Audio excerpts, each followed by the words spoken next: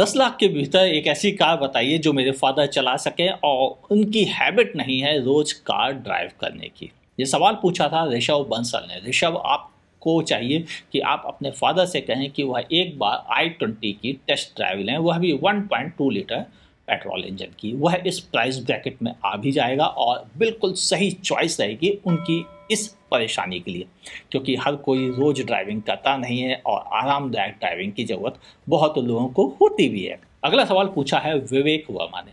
कह रहे हैं MG Hector sharp diesel running 3000 kilometre से ज़्यादा की है, कोई और ऑप्शन या कैसी रहेगी? मेरे हिसाब से अच्छी रहेगी, आपकी चॉइस काफ़ी अच्छी है, कहीं भटकने की ज़रूरत नहीं, क्योंकि जो दूसरा ऑप्शन अवेलेबल है इस सेगमेंट में उसका मैनुअल का क्लच बहुत ख़राब क्वालिटी का है। तो मेरे हिसाब से आपको इसी के साथ रहने में ही ज़्यादा समझदारी रहेगी और वह उतना मैच्योर प्रोडक्ट भी अभी तक नहीं है। तो मेरे हिसाब से आपने सही प्रोडक्ट सेलेक्ट किया है डीजल के लिए कम से कम।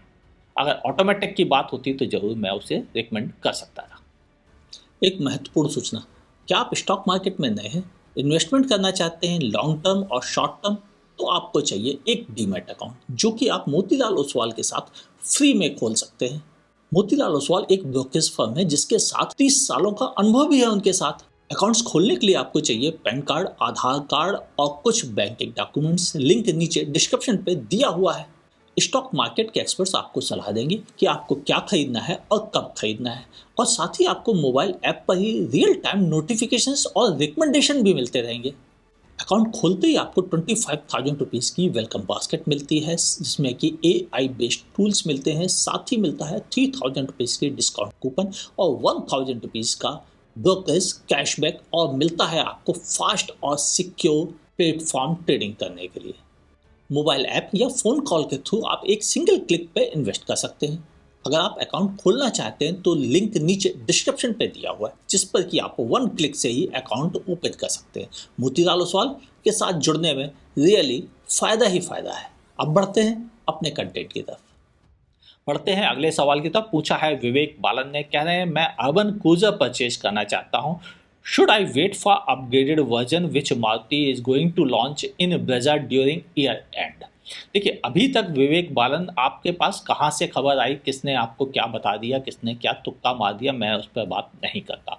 मैं हमेशा उन चीज़ों के बारे में बात करता हूँ जो कन्फर्म होती है, क्योंकि यहाँ पर मेरी गुडविल शामिल है और मेरी गुडविल ये उससे कहती है अमित अफवाहों पे बात कभी मत कीजिएगा। उम्मीद है अब आप पूरी बात समझ गए होंगे। मारुति सुजुकी ने अभी तक ऐसा कुछ भी नहीं कहा है कि वह अपनी कार को अपग्रेड कर रहे हैं, क्योंकि 2020 में वह ऑलरेडी अपग्रेड कर चुके हैं। तो अब दोबारा अपग्रेड का कोई रीज़न नहीं मिल रहा है। हाँ, यह जानकारी ज़रूर मिल रही है कुछ अनवेरीफाइड सोर्सेस से कि डीजल इंजन की टेस्टिंग चल रही है।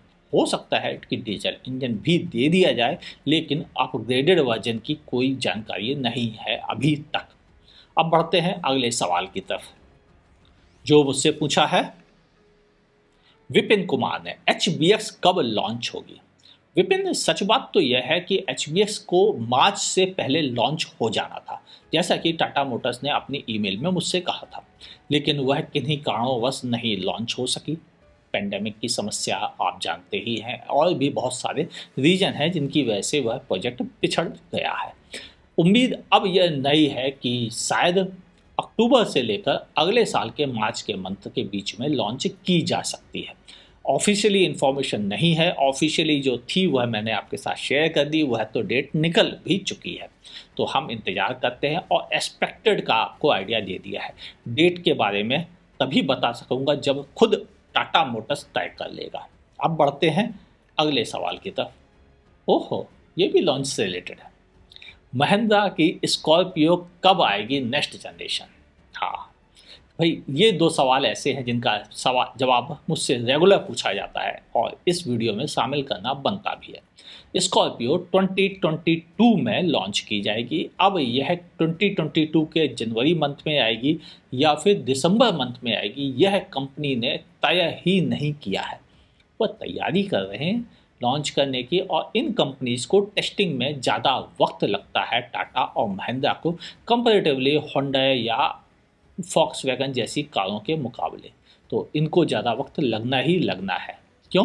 क्योंकि यह एक ही कंट्री बेस्ड कंपनीज़ हैं, जबकि बाकी कंपनी सारी दुनिया में फैली हुई हैं और उनके हज़ारों लोग हैं टेस्ट करने वाले, हज़ारों लोग उसमें चेकिंग करने वाले हैं, जिसका उन्हें फ़ायदा मिल जाता है। बड़ी कंपनी होने का, बड़ा नेटवर्क का उनको फ़ायदा मिलता है। यहाँ पर इनको खुद ही करना पड़ता है सब काम, और इंडिया के अनुसार टेस्ट करने में इनको वक्त लगता है। ओके, ये वजह है। और जहाँ तक मुझे मेरे गट फीलिंग कहती है कि यह मिड 2022 में आएगी। प्रसन्नजीत पूछ रहे हैं कि कुशाक के 1 लीटर इंजन के बारे में बताएं। प्रसन्नजीत, सच बात तो यह है कि कुशाक का 1 लीटर इंजन जो आ रहा है उसके बारे में मैं केवल यही कहूँगा कि वह इंजन मैं आपको एक दूसरी कार पोलो TSI में बता चुका हूँ कि कैसा परफॉर्म करता है। अगर आपको परफॉर्मेंस और इंजन की काबिलियत के बारे में जानना है तो उस वीडियो पर क्लिक करके देख सकते हैं। लेकिन वह इंजन कुशाक में कैसा परफॉर्म करता है यह मैं ड्राइव करने के बाद ही बता सकूँगा। लेकिन इस बात की श्योरिटी बहुत कम है कि मीडिया ड्राइव में मुझे वह 1 लीटर वाला इंजन ऑप्शन भी चलाने को मिले। 100% मुझे यह उम्मीद है कि मुझे वहाँ पे 1.5 लीटर वाला इंजन ही प्रोवाइड कराया जाएगा। तो शायद आपको 1 लीटर के एक्सपीरियंस कुशाक में देखने को वक्त लगेगा। ओह, तुषार जी पूछ रहे हैं नैनो पिक्सल कब लॉन्च होगी। तुषार जी, लगता है आपके हाथ कोई पुराना वीडियो लग गया है जिसमें पिक्सल दिखाई गई थी, या किसी चलते फिरते यूट्यूबर ने व्यूज़ कमाने के लिए उसका वीडियो दोबारा आपको दिखा दिया है। यह प्रोजेक्ट कई सालों पहले ही बंद हो चुका है। टाटा को लगा कि यह प्रोजेक्ट सिर्फ दिखाने के लिए तो ठीक था, लेकिन एक्चुअल में इसे प्रोडक्शन में लाना मुश्किल है और घाटे का सौदा रहेगा, इसलिए उन्होंने कई सालों पहले बंद कर दिया है। अगर आपको याद हो, मैंने जब इसका वीडियो दिया था 3 साल पहले, तभी आपको बता दिया था कि यह कार नहीं आएगी। तो 3 या 4 साल पहले की बात है ये। तो प्लीज़ आप समझ गए होंगे कि 4 साल पहले भी मुझे पता था कि यह कार नहीं आने वाली है, इसीलिए मैंने उसमें डिटेल में आपको बता भी दिया था। बढ़ते हैं अगले सवाल की तरफ। पूछा है राहुल साहा ने, आपने एक वीडियो बनाया था कि कार के पेंट को किसी कोटिंग की ज़रूरत नहीं है, टेफ्लॉन या सिरेमिक, फिर अभी सिरेमिक कोटिंग प्रोटेक्ट कैसे कर रही है कार पेंट को।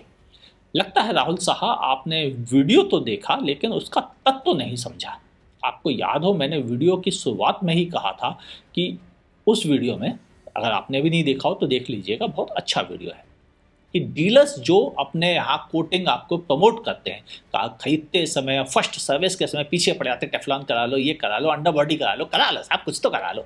उस चीज़ को क्रिटिसाइज करने के लिए बनाया था कि इस तरह की टेफ्लॉन जबरदस्ती के अंडर बॉडी कोटिंग नई कार में बिल्कुल नहीं कराना चाहिए। उस वीडियो में सेरेमिक शब्द का इस्तेमाल भी नहीं हुआ था। तो अब आप समझ गए होंगे कि आपने पूरे मोहल्ले को शामिल कर लिया, जबकि मैंने किस पॉइंट को उठाया था। तो सिरेमिक कोटिंग एक अलग सब्जेक्ट है और उस बारे में कैसे कर सकते हैं, खुद कर सकते हैं, वो मैंने बताया है, और बहुत कम पैसे में घर पर खुद कर सकते हैं। लेकिन वह इम्पॉर्टेंट किन के लिए है? वो इम्पॉर्टेंट नॉर्मली उन लोगों के लिए जिनके कारों में स्विल मार्क्स लगने लगते हैं, उसको बचाने के लिए सिरेमिक कोटिंग की जा सकती है। लेकिन टेफ्लॉन ना तो नई कार में रिकमेंडेड है, ना पुरानी कार में रिकमेंडेड है। और रही बात इसकी अंडर बॉडी कोटिंग, नई कार में नहीं रिकमेंडेड है, पुरानी में डिपेंड करता है। आप शायद कोस्टल एरिया में रहते हो तो करवा सकते हैं, वरना बिल्कुल ज़रूरत नहीं होती है। अब बढ़ें अगले सवाल की तरफ। तो बात का असली मतलब निकालिए, उसका गलत मतलब निकाल लेना हमेशा खतरनाक होता है। मैंने जो कहा है, मैं उन शब्दों के लिए जिम्मेदार हूँ जो आपने समझा है, उनके लिए नहीं। तो या तो मेरे शब्दों पर गौर कीजिए, उनके एक एक शब्द का वही अर्थ निकालिए, तो सब ठीक रहेगा। बढ़ते हैं अगले सवाल की तरफ, जो पूछा है टेक्निकल गाय सुखराज ने। मैं आपकी वीडियो बहुत ध्यान से देखता हूँ। मेरी हाइट 6 फुट 3 इंच है। सेकेंड हैंड गाड़ी SUV अंडर 5 लाख कौन सी लेनी चाहिए? थोड़ा फन टू ड्राइव होनी चाहिए। फन टू ड्राइव कार अगर आप 5 लाख में चाहते हैं, हालांकि हर एक की डिफिनीशन अलग होती है फन टू ड्राइव की, लेकिन जो मेरी डिफिनीशन पे सटीक बैठती है वह है इको स्पोर्ट। 5 लाख रुपए में मिलना मुश्किल है, लेकिन फिर भी अगर आपको कहीं मिल जाए तो आप बिल्कुल इसे कंसीडर कर सकते हैं। 6 फुट 3 इंच की हाइट के लिए कोई बड़ी दिक्कत नहीं है ड्राइव करते समय। अगर फिर भी आपको लगता है एक्स्ट्रा हेडरूम चाहने के लिए, तो आप सीट को थोड़ी नीचे कर सकते हैं, ऑप्शन आता है इको स्पोर्ट में। उम्मीद है आपकी प्रॉब्लम सॉल्व हो जाएगी। यह तो था आज का आखिरी सवाल। इस प्रोग्राम में नॉर्मली मैं काफ़ी इंटरेस्टिंग और ऐसे सवाल शामिल करता हूं जो आपके लिए बहुत यूज़फुल रहें या जिनको लोग बार बार पूछ रहे हैं, ऐसे सवालों को शामिल करता हूं, जैसे HBX, स्कॉर्पियो, और यह रियली बहुत लोग जानना चाहते हैं। तो ऐसे सवाल इसमें शामिल किए जाते हैं। यह वीडियो पसंद आया होगा तभी तो आपने यहाँ तक देखा है, फिर लाइक करने में कैसा संकोच, नहीं पसंद आया आप डिसलाइक कर सकते हैं, लेकिन सोचिए इतनी मेहनत की गई है इस वीडियो के लिए, तो लाइक करने में संकोच ना करें। अगर आप फेसबुक पर देख रहे हैं तो मेरे पेज को फॉलो कीजिए, अगर आप यूट्यूब पर देख रहे हैं तो मेरे चैनल को सब्सक्राइब कीजिए, बगल में दी हुई नोटिफिकेशन बेल दबाना ना भूलिए। मुलाकात होगी अगले वीडियो में, देखते रहिए आस्क कार गुरु।